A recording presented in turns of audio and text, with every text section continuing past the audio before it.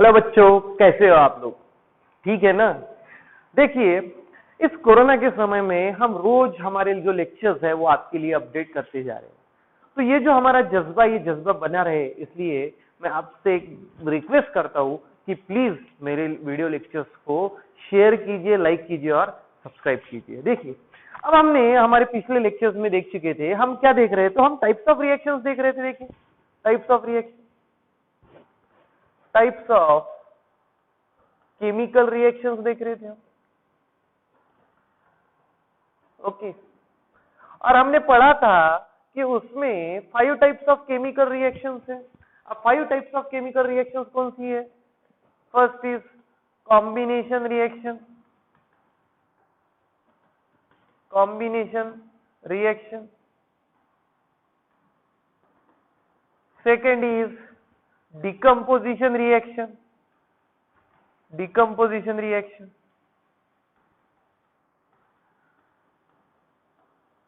Third is displacement reaction, या इसको हम कहेंगे single displacement reaction, single displacement reaction. अब देखो, फोर्थ है हमारा double displacement reaction, double displacement reaction. और हमारा फिफ्थ जो रिएक्शन है वो है oxidation, oxidation and reduction reaction, and reduction reaction. Okay, तो ये हमने 5 टाइप के रिएक्शंस देख लिए थे। इसमें से 5 टाइप के रिएक्शन में से मैंने कॉम्बिनेशन रिएक्शन कंप्लीट कर चुका हूं, डिकम्पोजिशन कंप्लीट कर चुका हूं। और देखो, कॉम्बिनेशन रिएक्शन और डिकम्पोजिशन रिएक्शन अगर अब तक आपने देखे नहीं है तो मेरे वीडियो के डिस्क्रिप्शन बॉक्स में आपको इन दोनों की लिंक मिल जाएगी। ठीक है, आज हम शुरू करने वाले हैं सिंगल डिस्प्लेसमेंट रिएक्शन। ओके, अब ये सिंगल डिस्प्लेसमेंट रिएक्शन समझने के लिए आपको एक रियल लाइफ एग्जाम्पल के बारे में सोचना होगा। ठीक है, अब रियल लाइफ एग्जाम्पल के बारे में कैसे सोचेंगे? समझ लो, 2 बच्चे हैं, वो एक चेस का गेम खेल रहे हैं। ओके, 2 बच्चे हैं, वो एक चेस का गेम खेल रहे हैं। ठीक है, ये एक मैं कहता हूं तो फॉर एग्जाम्पल ये एक लड़का है और ये कौन है? तो एक लड़की है। ये लड़का लड़की के बीच में एक जो है वो चेस का गेम शुरू है। ओके, अब क्या होता है, इनके बीच में एक चेस का गेम शुरू है, एक नया लड़का आता है। अब देखो, ये जो लड़का है ये दिख रहा है, ये इससे बड़ा है। ओके, अब इसको भी चेस खेलना है, तो अभी चेस खेलने के लिए 2 लोगों की जरूरत होती है। अब अगर इसको चेस खेलना है तो इसको किसी को तो भी हटाएगा, और आपको पता है ये किसको हटाने वाला है। ये 100% जाके लड़की को हटाएगा। लड़की को हटाएगा नहीं, ये किसको हटाएगा? वो लड़के को हटाएगा। लड़की को नहीं हटाएगा, वो किसको हटाएगा? लड़के को हटाएगा। कि भाई, मैं तेरी जगह आ जाता हूं, तू वहां से निकल, मेरे को चेस खेलने दे। तो ये क्या करता है, इसको यहां से भगा देता है और ये खुद उस जगह आके बैठता है और ये लड़की के साथ चेस खेलता है।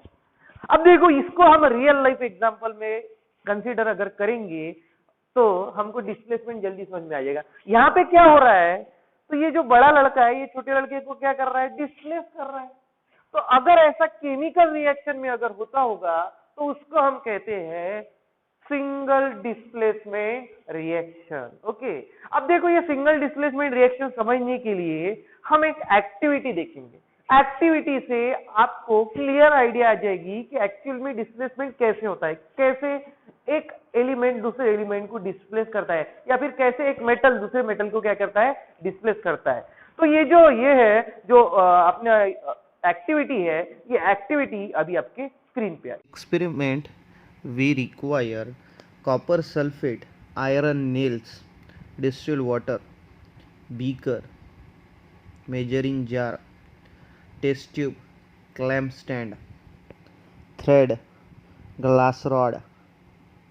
Take sufficient amount of distilled water in a measuring jar. Pour it in a beaker. take small quantity of copper sulfate crystals and dissolve it in water by using a glass rod. A copper sulfate solution is prepared. Take this copper sulfate solution in a test tube and clamp this test tube to the clamp stand. Take another test tube and pour the copper sulfate solution and clamp to it another clamp stand. Take two nails, rub it with sandpaper so that it will look silverish.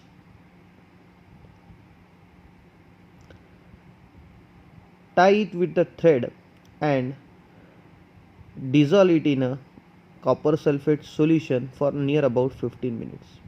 After 15 minutes you will observe that the test tube look greenish in color. This is because of ferrous in the iron nail displaces the copper.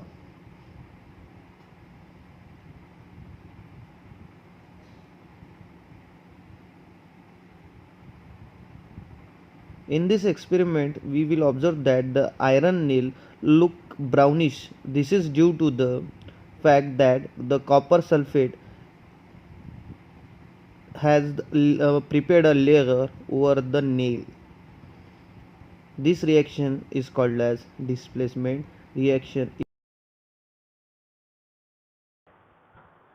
तो देखो student, हमने हमारे activity में क्या देखा है कि CuSO4 का जो ब्लूइश सॉल्यूशन है वो क्या हो रहा है, तो ग्रीनिश हो रहा है, और वहां पे क्या हो रहा है, तो डिस्प्लेसमेंट हो रहा है। देखो ये रिएक्शन कैसे हो रही है। हमने क्या किया, CuSO4 का एक्वियस सॉल्यूशन लिया, उसका कलर था ब्लू कलर कॉपर सल्फेट का। ओके, हमने उसमें आयरन डिप किया जो कौन से कलर का था, ग्रीन सिल्वर, और आफ्टर 15 मिनट हमको पता चला कि वो सॉल्यूशन ग्रीन कलर का हो गया। तो ग्रीन कलर का इसके वजह से हुआ, Fe ने क्या किया, Cu को डिस्प्लेस कर दिया। Fe ने Cu को डिस्प्लेस कर दिया। Cu को डिस्प्लेस कर दिया तो वो किस फॉर्म में चला गया, सॉलिड फॉर्म में। वो जो नेल के ऊपर ब्राउन कलर आया था वो किसका था, तो Cu का था, वो सॉलिड फॉर्म में चला गया। और Fe ने Cu को डिस्प्लेस करने की वजह से वो सॉल्यूशन में चला गया। सॉल्यूशन में चला गया, उसकी वजह से वहां पे कौन से आयन फॉर्म हो गए, फेरस सल्फेट कंपाउंड फॉर्म हो गया, और वो एक्वियस सॉल्यूशन में गया, इसलिए उसको हमने एक्वियस फॉर्म में लिखा। तो यहाँ पे देखो क्या हो रहा है, Fe CO को डिस्प्लेस कर रहा है, यानी क्या कर रहा है, उसकी जगह ले रहा है। तो मैं क्या कर रहा हूं, मैं अभी सिंगल डिस्प्लेसमेंट रिएक्शन को डिफाइन कर रहा हूं। देखो single displacement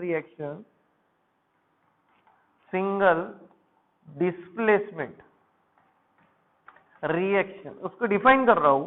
when one element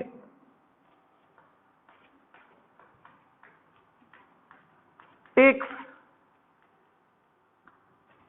place of another element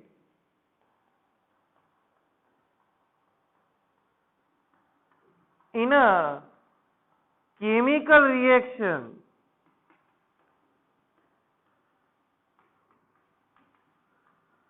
such a reaction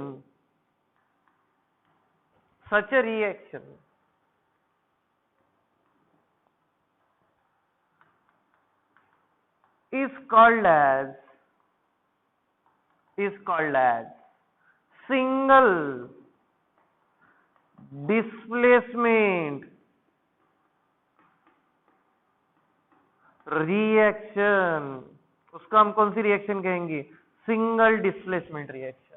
तो अब देखो यहाँ पे क्या हो रहा है, Fe ने Cu को डिस्प्लेस कर दिया। अब Fe ने, देखो हमेशा याद रखना, हर कोई किसी को डिस्प्लेस नहीं कर पाता। अब हम वो एग्जांपल पे वापस जाते जो रियल लाइफ एग्जांपल था। क्या हो रहा था वहां पे, एक लड़का एक लड़की चेस खेल रहे थे,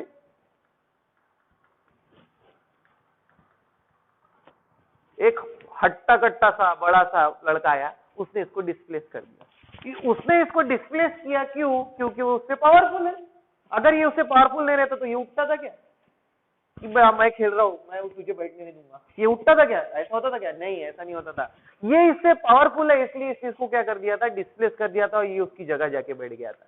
ठीक है, अब देखो, अब ये पिट्टू सा बच्चा अब ये इतने बड़े इसको वापस डिस्प्लेस कर पाएगा क्या? नहीं, ऐसा नहीं कर पाएगा वो। क्यों? क्योंकि ये लेस पावरफुल है। वैसे ही हर एलिमेंट दूसरे एलिमेंट को डिस्प्लेस नहीं कर पाता, वही एलिमेंट दूसरे एलिमेंट को डिस्प्लेस करता है जो मोर रिएक्टिव होता है। तो यहाँ पे क्या है, एपी सीयू को डिस्प्लेस कर रहा है। एपी किसको डिस्प्लेस कर रहा है? सीयू को। लेकिन सीयू फिर से एपी को डिस्प्लेस नहीं कर पाएगा, ये रिएक्शन उल्टी नहीं होगी। ओके, यानी देखो क्या कह रहा हूं मैं, ध्यान रखो, मैं यहाँ पे एक पॉइंट नोट डाउन कर रहा हूं। More reactive metal always displaces less reactive metal.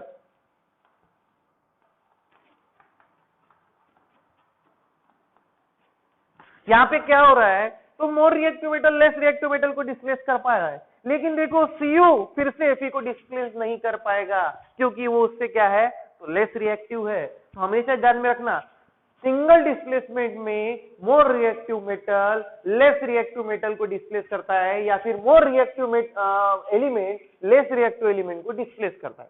अब आपके सामने एक सवाल आया होगा कि सर आप तो बोल रहे हो मोर रिएक्टिव एफी है, सीयू लेस रिएक्टिव है, तो फिर हम कैसे ढूंढे कि कौन मोर रिएक्टिव और कौन लेस रिएक्टिव है? तो ये ढूंढने के लिए आपको एक रिएक्टिविटी की सीरीज लर्न करनी पड़ेगी। अब ये जो रिएक्टिविटी की सीरीज है, ये हम लर्न करने वाले हैं। ये रिएक्टिविटी की सीरीज लर्न करने के लिए एक बहुत ही अच्छी फनी सी ट्रिक लाऊंगा मैं आपके सामने। वो ट्रिक से आप उसको लर्न करने वाले हैं, लेकिन वो ट्रिक जानने के लिए आपको वीडियो में आगे बना रहना पड़ेगा। तो आप क्या कीजिए, तो सबसे पहले ये लिख लीजिए कि सिंगल डिस्प्लेसमेंट क्या होता है और मोर रिएक्टिव मेटल क्या करता है, तो लेस रिएक्टिव मेटल को डिस्प्लेस करता है। जैसे ये बड़े लड़के ने छोटे से दूसरे लड़के को क्या कर दिया, डिस्प्लेस कर दिया, हाँ ला मैं खेलूंगा उस लड़की के साथ, वैसे ही ये दूसरा लड़का वो बड़े से लड़के को डिस्प्लेस कर पाएगा नहीं। अब ये रिएक्टिविटी कैसी रहती है वो हम हमारे आगे आने वाले पार्ट में देखेंगे। तब तक आप क्या करिए, इसको नोट डाउन कर लीजिए। देखिए स्टूडेंट, तो आज हम देखने वाले हैं अभी रिएक्टिविटी की सीरीज। अब देखो मैंने यहाँ एलिमेंट्स की कुछ लिस्ट बना के रखी है, ये मेटल्स भी है और नॉन मेटल्स भी है इसमें इन्वॉल्व कुछ।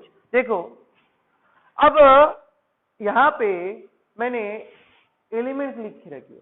पहला जो एलिमेंट है potassium, sodium, calcium, magnesium, aluminium, zinc, iron, hydrogen, copper, mercury, silver and gold. तो ये जो मोस्ट रिएक्टिव जो मेटल है वो है पोटेशियम, और सबसे लेस रिएक्टिव मेटल है वो कौन सा है, तो वो है गोल्ड। और नीचे से ऊपर क्या हो रहा है, देखो रिएक्टिविटी डिक्रीज होती है, इनकी रिएक्टिविटी डिक्रीज होती जाती है। अब आपको इनको लर्न करना है। अगर आपको रिएक्टिविटी की सीरीज अगर आपको लर्न करनी होगी तो सबसे पहले आपको उनके सिंबल पता होने चाहिए। जैसे पोटेशियम का सिंबल है कि कैपिटल की, हमेशा ध्यान में रखना एलिमेंट का फर्स्ट वर्ड ये कैपिटल होता है, दूसरा वर्ड स्मॉल होता है।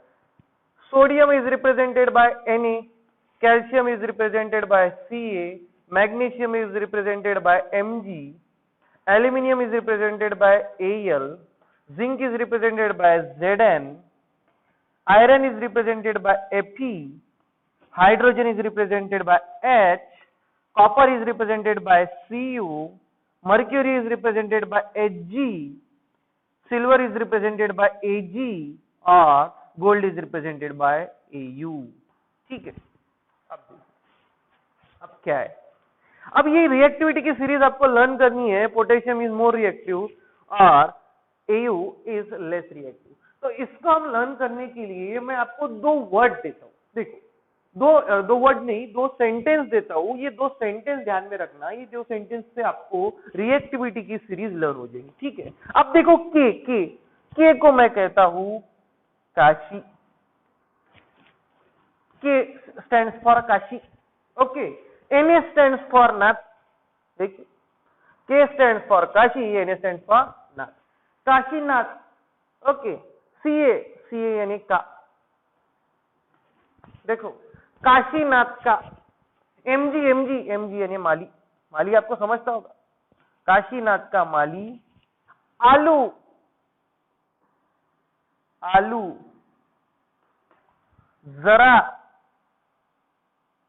जरा फीका फीका,